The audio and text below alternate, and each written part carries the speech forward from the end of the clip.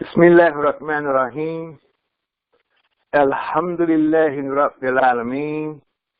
Ar-Rahman ar-Rahim. Maliki yawmiddin. Iyaka na'budu wa iyaka nasta'een.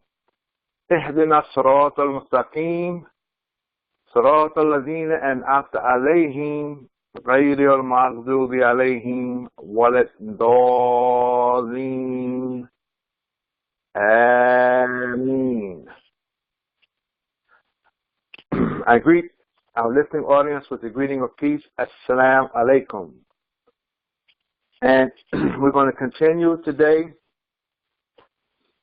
with presentations. We can call them Ramadan presentations. And we're looking at the Qur'an. Let's see, I don't have the number up. So someone may know the number of the verse. It's dealing with the angels. When Allah is saying to the angels, He's going to make a Khalifah in the earth. So we're going to take a look as we have been going over the verse. We'll take a look at the verse, and then from there, let's see. We're going to take a look at the tafsir. We'll start with the tafsir of the verse. And then from there, we will make our comments. So we begin where? Allah is saying here is where. This where could be studying a new thought or continuing a thought. This word meaning and. Uzkur, ya Muhammad. Well, uzkur. And remember, O Muhammad. We explained this before in a verse when we have is. He's saying is. This is, it could be an abbreviation of uzkur. Or uzkur is understood when we say is. And is relating back to the past. So remember, O Muhammad. Because Muhammad the Prophet, the prayers and the peace be upon him, he's receiving this revelation. He's receiving the revelation, so it's directed at him first, and then we receive revelation from Muhammad the Prophet. So we too, and this is Quranic language, where Allah is speaking of revelation that we receive, but we receive it through a messenger, and the messenger that we receive it through is Muhammad the Prophet. And we can even say that we receive revelations from each other, as we have teachers who study revelation, and then they will pass it on to us as students. So, but Muhammad the Prophet, the purpose idea here is that he's first. He is the first. So it's saying, Udhkuru ya Muhammad. إِذْ قَالَ رَبُّكَ لِلْمَلَائِكَةِ إِنِّي جَائِلٌ فِي الْأَرْضِ خَلِيفَةً. And this is what we want to concentrate on today. When he said, your guardian evolver, this is Rabbu. Now you see, I'm going to speak a little Arabic for the Arabic students. So for those of you who may not be able to follow at this moment, I have to apologize, because normally we should not speak a language that the audience doesn't know, and I may lose you for a moment. I never want to lose my audience, but I'm trying to imagine my audience and address all of you. So Rabbu ends in Dhamma. Rabbu ends in the Dhamma, and it follows the verb call that, so it lets us know that Rabbu is the subject of the verb call that. So, but the subject is following the verb. So you would read the first idea, you would say, when he said your Lord or your guardian. When he said, but it's not he said your guardian, it would be your guardian said. And when your guardian said, because your guardian is the one who's doing the saying. And when your guardian evolver said, lil malaikati, to the angels, to the angels, then he said, surely I. So this is Allah speaking to the angels. And he said, surely I, putting emphasis on himself. See, now sometimes we read we in the Qur'an, and some of these readers will say the we means Allah and his angels that are working. His angels are supporting and working with him in the decision. And there are those who would say that no, it's the royal we. It's still Allah, but he's using the royal we, like we the people, we. And we speak like that sometimes. We use the plural. Even though we're addressing the individual, we're using the plural. So we say, Assalamu alaikum. Kum, you, plural. But we say that to the individual. And that's the royal you. You and all that you represent, which is the whole world, is represented in man. Kum. So we say kum. But here he's saying, surely I, Ja'ilun, I am making, fi in al-ardi, the earth, Khalifatan. This Khalifatan. I don't believe that we have a word equivalent in English to a Khalifatan. If we do, I don't know that word. My English is not, I don't have a great command of the English language, a very high command of the language. But because of translations, you're looking at translations that I read and what is being said from books and things, I'm convinced that there's no one word for Khalifa. So, but the idea, what's the idea in this word, is that I am making a successor. Well, let's see what he says first, and then let me make a comment. Khalifa. So he's saying here, but this word we say, this is a word that we have to Englishise. We have to make it an English word because we don't have the English equivalent. When we read languages,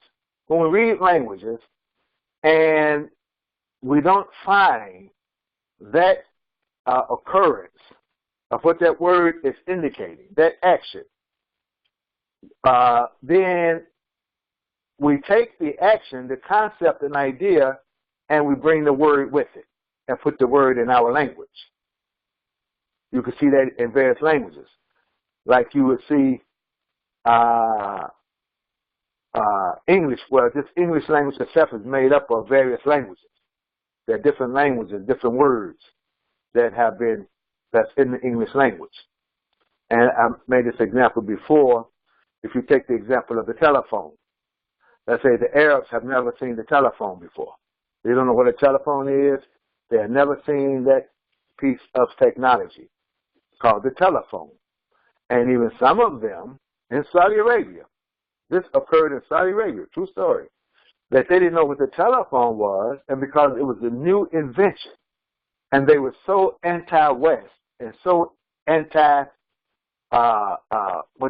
invention or bid'ah, innovation. Any innovation against any and every innovation. So they were against the telephone. So what someone did, they took the telephone, put it before them, and called someone on the other end, and had them recite Al-Fatiha through the phone to prove to them that this is not a satanic action, because you heard Al-Fatiha on it. That's how bad it was. That's how bad it is. But I'm sure they've grown since then. So, what's the word? What is the word? Now, there is in the university, I believe it's at Al-Azhar, it may be other places, that scholars, the Arabic language is so systematically designed that you can coin words. You can go into the Arabic language and you could take the idea of a tool that broadcasts a voice or whatever the action is. You can go and coin a word, make a word in Arabic for that object. That's how systematized the Arabic language is. Or they just borrow the word telephone with the object. So they call it telephone. Telephone. It's the telephone. Okay, so the same in English. I'm saying a lot here, but I'm sure you understand. So we would say this word, we would have to learn the word Khalifah. It would enter into the English dictionary because of the concept and idea that goes along with it, which we're going to be discussing today. So he's saying here is يخلفني في تنفيذ أحكامي فيها وهو آدم. يخلفني, that he will succeed me. He will succeed me. In that sense, he will be a successor to me. Be tanfidhi, in the carrying out of my orders, or in the carrying out of my decisions. Fiha, in the earth. So he will be a successor to me. Sometimes say a vicegerent to me, a ruler, and carrying out my decisions in the earth. Well, who are Adam? And it is Adam. Adam. But this Adam here is not the singular Adam. This is Adam and the generations that follow. We start with Adam. This principle is in Adam, then the individual perhaps, but it's in generations to follow, because this idea of Khalifa has in it the idea of succession. So here you can see that that Jalalain, the two Jalals, they are saying that it is he will follow me, he will succeed me. But we don't succeed Allah. This can become confusing in language, to think that man is a successor to Allah in the earth. No, the earth belongs to Allah, and the earth still belongs to Allah. It doesn't belong to man. So this idea of succession, this word has succession in it. This word has governance in it, that he will be a governor. He'll be a governor in the earth, and this governance will come in succession. That generation after generation, as man succeeds man, he will have this principle of governance in him, and the governance is based upon succession. The governance is not, we don't start all over. And even if we start all over, it's in succession. So many of us, you hear us talking about how the Europeans stole this from the ancient Egyptians. They stole this idea. They stole that idea. No, they're not stealing. It's this idea of rulership. It's this idea of advancing in humanity in succession. So instead of saying someone stole something with this racist foundation in our thinking, we should use Quranic language and see how man is succeeding man. Man is coming on the heels of man in the succession of being rulers or leaders or advanced humanity in the earth. At one time, it was the Egyptians, yes. At one time, it was the Greeks. At one time, it was the Germans. One time, it was the Americans. One time, it's now becoming the Japanese. And the others. You can see that they are succeeding. Man is succeeding, man, in the earth. You don't drive your Toyota and say, oh, the Japanese stole this from the Fords. No. You can say the Japanese are succeeding. They're moving in succession to the Fords. And they are improving upon and advancing man, humanity, based upon this idea of Khalifah. We should have the Qur'an running in the background of our thinking, not racism. And we don't come into the world knowing and having knowledge. We come on the heels of those who come before us, and we advance. We advance what others have had before. Don't you know the African American don't think that he's in a position now to advance the thinking of the Muslims, of what have come before us? We think that's bid'ah. We think that we're so dependent on other people. We think that that's insane to think like that. That we can advance what have been said before from the Qur'an. That it can't be advanced. We're stuck somewhere in the 10th century with our thinking, and that 10th century thinking can't even be advanced. That's against what we're saying here. That's against the principle of Khalifah. And this principle of Khalifah is in all of us. Yes. And we see this in the prayer. This principle of Khalifah is operating in the prayer, in the ritual of prayer. You hear people saying, I mention this all the time, and I'm going to keep teaching until we see changes.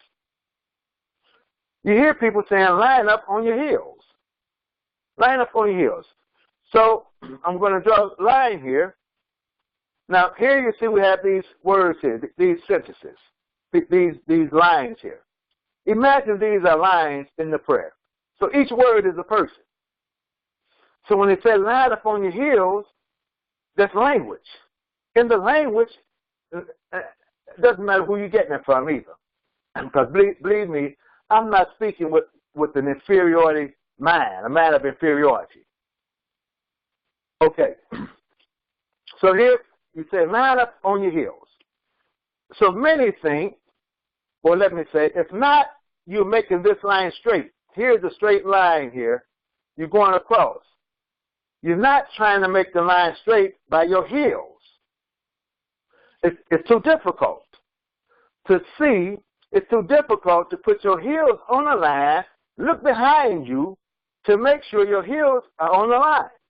Sometimes there is no line. There's no line drawn. When we go get carpet, we draw a line in the carpet, now put your heels on the line. What if there's no line? What if there's no carpet? What if there's no line? Where to have an imaginary line, put your heels on an imaginary line, think about how difficult it is. In fact, get a group of children and say to them, put your heels on a line. And see how difficult it is to look behind you to see if a line is straight from behind you. But even put your heels on a line. It's difficult. So when I see confusion, I'm saying, hey, let's go take another look. Maybe someone has the language wrong, the comprehension wrong. But if you look at this idea, that the people here are lined up, now you have the next line. And between this line and this line, line up by the heel. That means when this one goes down in sajda, and you go down in sajda, you'll be right at the heel. Line up so you'll be at the heel. So you're following each other in succession. That's the point I'm making. This second line is following the first line in succession.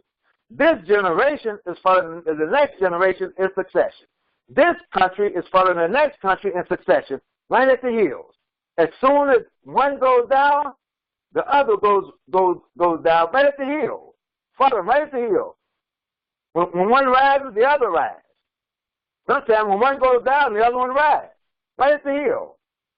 One is going down, and if you go back in the prayer, you speak of prayer throughout the world, as one is going down, the other one is coming up. That is the principle of Khalifah operating in humanity. Yes. So put it in the prayer. Take this body of knowledge now. When someone says line up at the hills, don't line up on your heels to turn on your heels. That's hypocrisy. Apostasy. Those who turn on their heels. No, you line up to make the line straight. You line up on your toes. The toes. So if you're on your toes, you have the tendency to go forward. You're going forward. Karamasiti. Forward. Look it up. Not backwards. If you're on your heels, you have the tendency to fall backwards. If you're on your toes, you have the tendency to fall forward. So toe the line. Toe the line. Don't heel the line. Toe the line that goes across. And follow each other on the heels. Okay. So Qalu, so this principle now is in man. He's making this principle. This principle is not in the angels. The angels don't have the principle of succession. Man has this principle of succession. So in his word, you have succession, and in his word, you have governance. Governance. Halu, they said, attack alu fiha man yusidu fiha. They said, are you going to make in it, the earth, one who will cause corruption? Corruption. One who's deficient. He's deficient and corrupt in it. Bil ma'asi, with disobedience, deviance. وَيَسْفِكُ الدِّمَاءَ, and he will shed blood. يُرِيقُهَا بِالْقَتْلِ, causing it to pour out by fighting. Always warring and fighting. وَنَحْنُ نُسَبِّحُ, and we glorify. مُتَلَبِّسِينَ, continuously, all the time, as though it's the clothes that we wear. We're suited for glorifying you. Bihamdika, with your praises. He says, that is to say, Nakulu subhanallah. We say subhanallah, wa bihamdihi, and by his praises. We say this all the time. Not just on our tongue, not just with our voice, but we're saying this with our whole being. Our whole being, mutalabisina. Our whole being, like wearing clothes. We're saying subhanallah wa bihamdihi. That's it's the angels. وَنُقَدِّسُ لَكَ, and we purify you.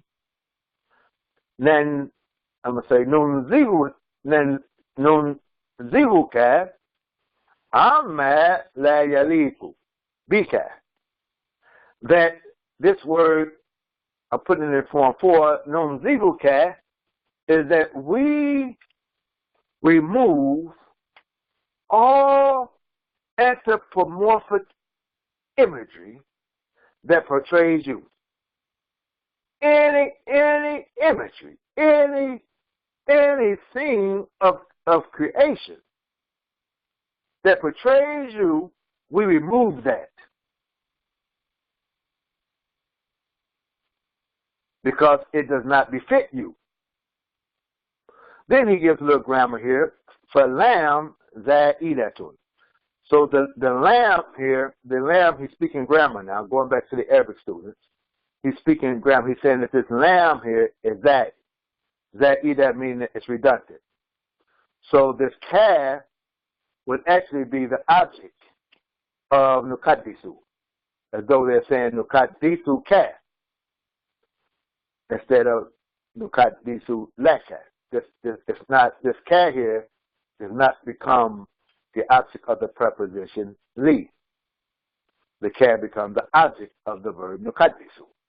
Just a little grammar here. Well, the jumlatu and the phrase is halun. Halun. The phrase nukadisu would be a conditional phrase. فَنَحْنُ أَحَقُّ بِالْإِسْتِخْلَافِ. He's saying, and we have more right because we are not deviant. We obey you. This is the angel speaking. We obey you. This is an allegory. This story is an allegory. We obey you. We do everything that you ask us to do, and we do not disagree with you. We do not become deviants. We do not disobey. So therefore, we have more right than this creature to be the ruler and have succession in the earth. Now, just a quick note. Does this sound like the angels talking back to Allah like this? Because it said the angels can only agree. The angels only agree. They have no knowledge except what Allah has given them, and they can't disagree. But there's an element amongst the angels. I'm just giving a hint for right now. Maybe another time we'll talk about it. There's an element amongst the angels that's disagreeing. And maybe that element has influenced them. We're going to find.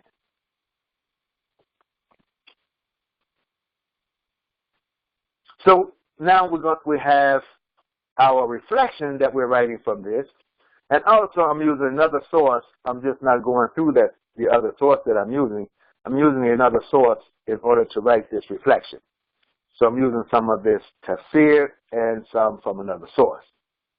And some from different sources, I'm going to say. Different sources. And when your guardian Evolver said to the angels, I am making in the earth one who will be responsible in governance, in succession of each other. They said, will you make in it one who will be deficient and corrupt, that will cause bloodshed by warring? We glorify you with obedience and praise that magnify you, and we keep the respect and purification of you, but not allowing any anthropomorphic imagery of you. And then the verse, that's not the end of the verse goes on. But this part we will just want to concentrate on today.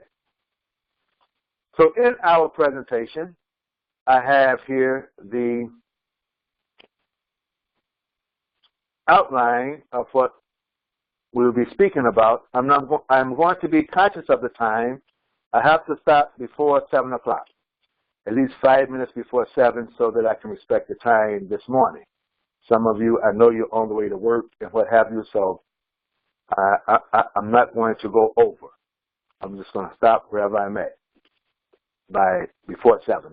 I have to stop before 7. So man is created for responsibilities. Being responsible is worship. Everyone has the potential of Khalifah. Your creation and your resurrection are as one soul. A small number of people can change the world, and we are living in a very vulgar and despicable culture. These are the ideas we're going to concentrate on now in our comment on the verse.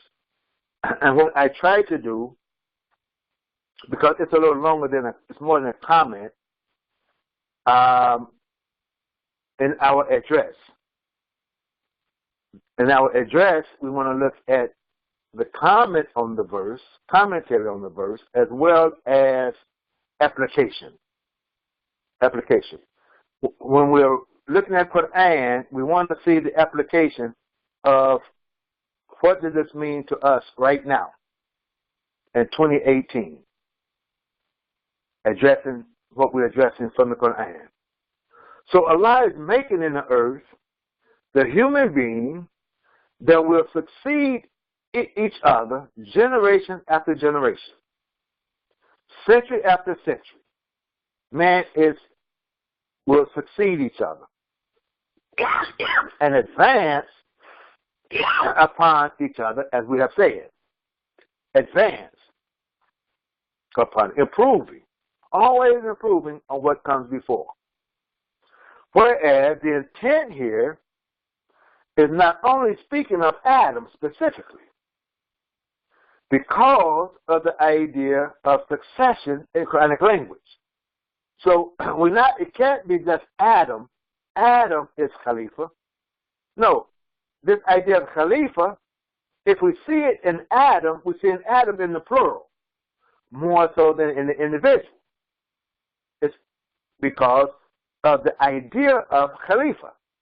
When we're looking at Qur'an, defining Qur'an, Allah is saying to Muhammad the Prophet that throughout all times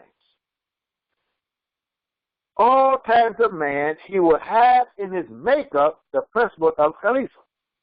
It's not something that comes and goes. It's built into the creation of man himself. This tells us that the human being was not created just to enjoy pleasures. He is created for responsibilities. He has to be responsible. He is created for more than just going to work. Go to work, you get out from work, you pick up some milk, some groceries, you come home, you eat, you watch TV, you get all emotional about what you see in the media. You're allowing the media to control your life. You allow media to control your emotions. Media tells you when to cry, when to get upset, when to laugh. All controlled by media. You're just waiting to see what's in the media. What is the media going to bring us tomorrow? Well, yesterday we had the royal wedding. So what's my emotional attachment to the royal wedding? Oh, I love it. I hate it. It's good. It's bad. What was before that? You go to the movies. The movies take control of you until another movie comes. And these are your pleasures. You're not really complaining. These are your pleasures. And your pleasures, your emotions, are being controlled by the media.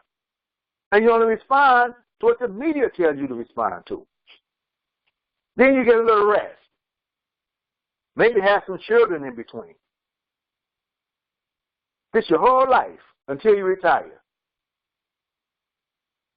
These are just pleasures of life, especially if you love your work. Work could be a pleasure. Work is a pleasure. Many of us don't love our work. So your creation could be a burden on you. Don't you know? To go to work every day and not love your work is a great burden on you. And then you come home and you turn the TV on, or you get on Facebook or something to find some form of happiness, or take a drug. That would make you happy. Smoke some marijuana. Go to the. I saw a sign the other day for the first time. Some type of medical place. Kind of hiding itself in the language, but the person I ran with said that's where you go buy the marijuana. This is the African American neighborhood, and it just so happened. I'm just got a little story in between. It just so happened that there's this Caucasian man in the African American neighborhood outside, but he was smoking a cigarette. But I'm looking at the whole picture. But anyway, you go to work because you hate work. You have to find some type of pleasure in your life. And you're looking for pleasure. So we give you marijuana. Go get somehow you have to have a prescription. I don't know how you get it, where you get it from. Maybe I'll ask my doctor next time I go. Everybody just tell her, you know, hey, I'm having a hard time going to sleep. I can't sleep at night, so I need some marijuana to help put me to sleep, and see if that's the way you get a prescription. I don't know. Just ask her, how do you get a marijuana prescription to make me happy? But yes, this was controlling the life. This is what's controlling the life of the one who Allah has made responsible in the earth. However, man is created to be responsible for governing society. Man was created to be responsible for governing society. It says in the Qur'an that man was created to worship Allah, but being responsible for society is our worship. Allah has said that He has created man only for His worship. And He has put in this creation now the principle of Khalifah. He has put in this man now the principle of service. So he has two major principles that we can say that's in the creation of man. One is servitude. Servitude, and the other one is governance. Both are operating in man. To be responsible for governing your own individual life is worship.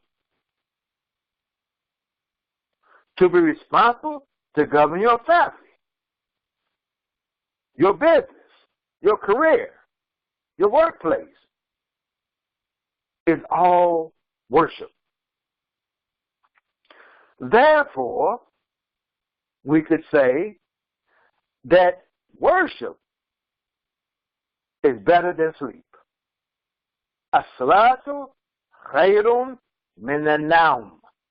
Min an-nawm. Worship is better than sleep.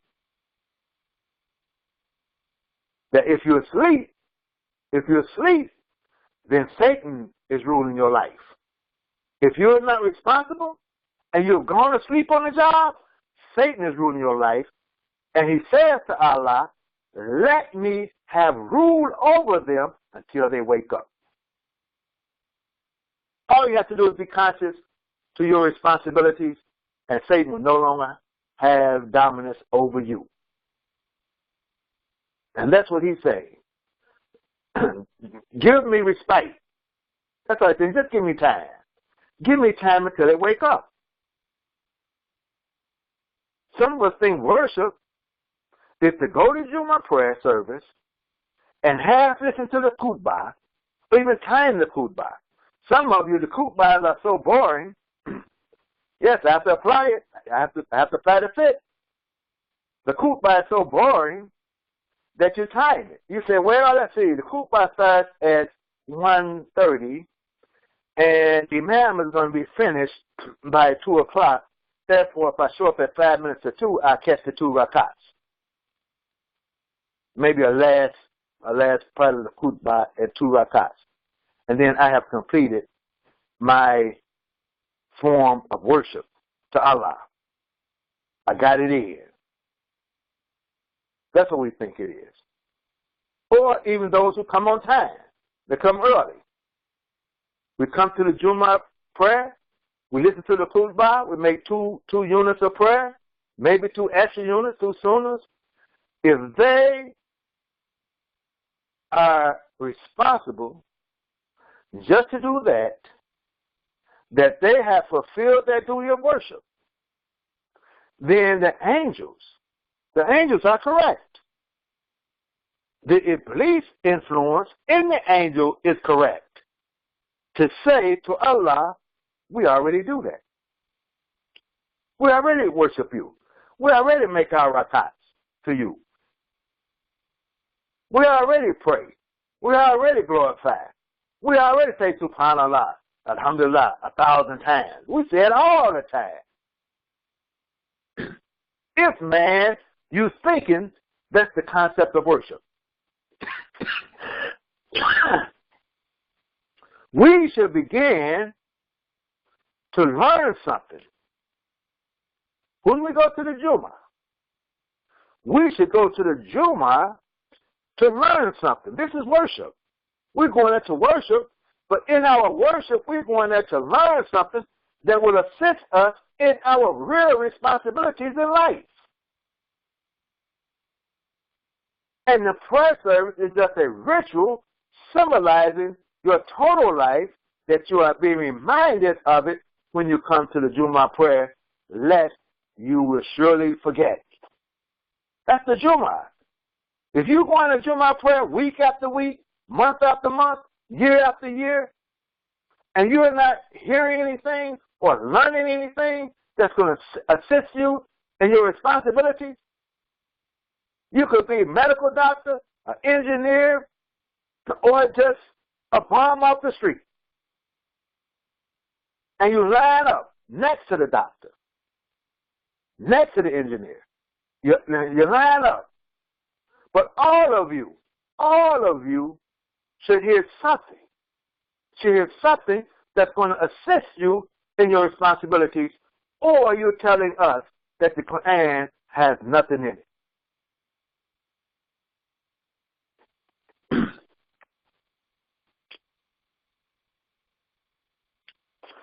So if you're not getting anything that's going to assist you, you should complain. Register your complaint. Don't cry. Don't go on the street carrying signs, crying. Register your complaint. How do you register? Hey, you sit down. You haven't done your homework. You stand up. You have done your homework. And if no one has done their homework, then let us fast until the Khalifa in one of us rise up. So what we're saying is that in the succession of Adam and being a human being, that everyone is created Khalifa, a responsible ruler in their makeup, whether you ever realize that great value or great creation in yourself or not. It's in you. It is the circumstances that we may be put in that will cause us to awaken to the role of that great value that is placed in our created being. Circumstances can come and awaken this inherent capacity in the unexpected human being to be governor in your immediate local society or of the world society, or even in your little masjid. No matter, it could be just 10 of you. This is something that lies naturally in our body, and it can be awakened if we are not already using it. You may be thinking that no one person guides or governs this world today. And we have people like that right now. But no one person can be the leader. But let's take a look at it. If you look at your family, you have wife, husband, children, and I'm sure many of you have seen this situation. The principle of Khalifa will awaken in one of the family members to direct and guide the family if the family is to survive. It's not always in the oldest child. It's not always in the parents. Sometimes the children grows up and this principle of Khalifa comes alive in one of the children. And it's that one child that holds the whole family together. I know you all have seen this. It governs that one child will govern the whole family. The burden of the family will lie on that one person.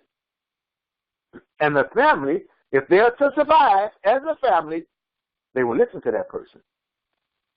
They'll recognize that person. It could be in the mother. It could be in the father. Get rid of stupid ideas. Something we say are stupid. It's just stupid. That the father, the husband, the father has to be the Khalifa. He has to be the Khalifa. Maybe the principle on awakening him. Maybe he sleeps. Maybe the principle awakens in a daughter. Maybe it awakens in a wife. And the wife, that principle, can operate in the male or female. Adam is both male and female. So the principle can awaken in the wife. And it's the wife. It's the wife that is that's governing the family and holding the whole family together. And that wife, she do stupid things too to come and say, oh, this man ain't nothing. This man ain't no good. The man ain't this. The man ain't that. Because we have this concept and idea we've gotten from people who have come to us and presented us with the religion that this principle is only in a man, only in the male body. No, it's in the male and the female.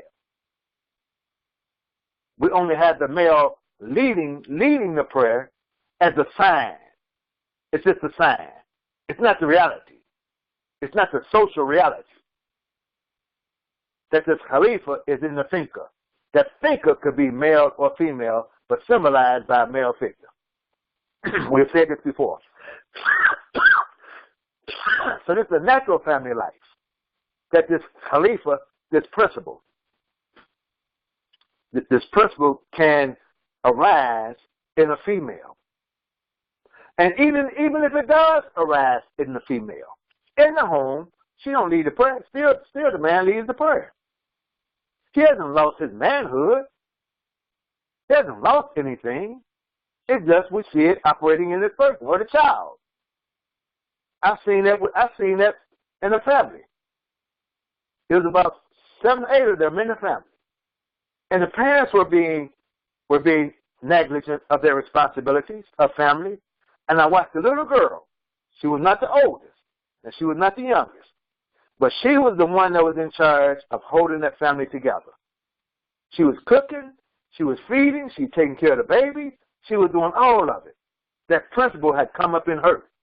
She was put in the circumstances, recognizing something in her, recognized that circumstance, and that principle arose in her. And she became the Khalifa of the house. To the point, as she got older, in high school, to the point, so a friend of mine said to me, because they called her and she had to come home. He said, they think she's the mother of the whole house. They think she's supposed to take care of all of them. Because I know this principle, I know this idea, I say she is. She's the Khalifa of the family. It's in her. Yes. I hope you follow. I hope you understand. This is the application of what I'm talking about.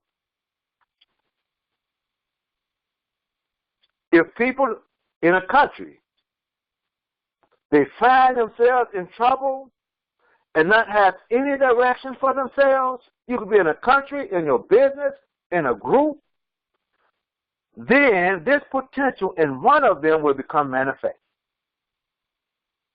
It can just be 3 of you. And a circumstance can arise that the 3 of you are faced with. This principle will automatically come up in one of you. That's why Muhammad the Prophet said, when there's 3 or more of you, let one be the Imam. Well, who's going to be the Imam? The one that you see this principle arise in. And don't be jealous. Go along with it. And that one will cause the others to rise to the occasion.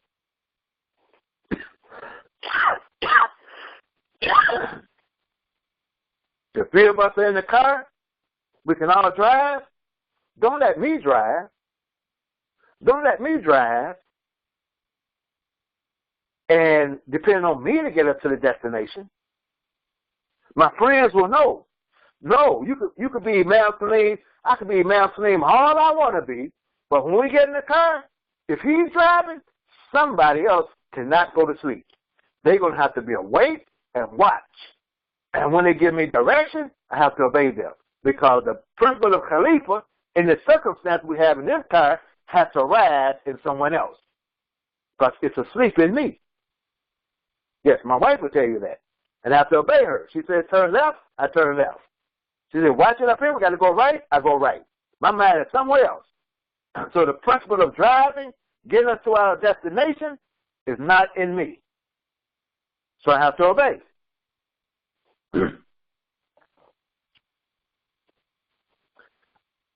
But why don't she just drive? Because I'm the man.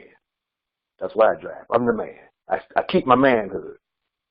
That's a little humor. I have to have a little humor. Allah says to us in the Qur'an that your creation and your resurrection are as one soul.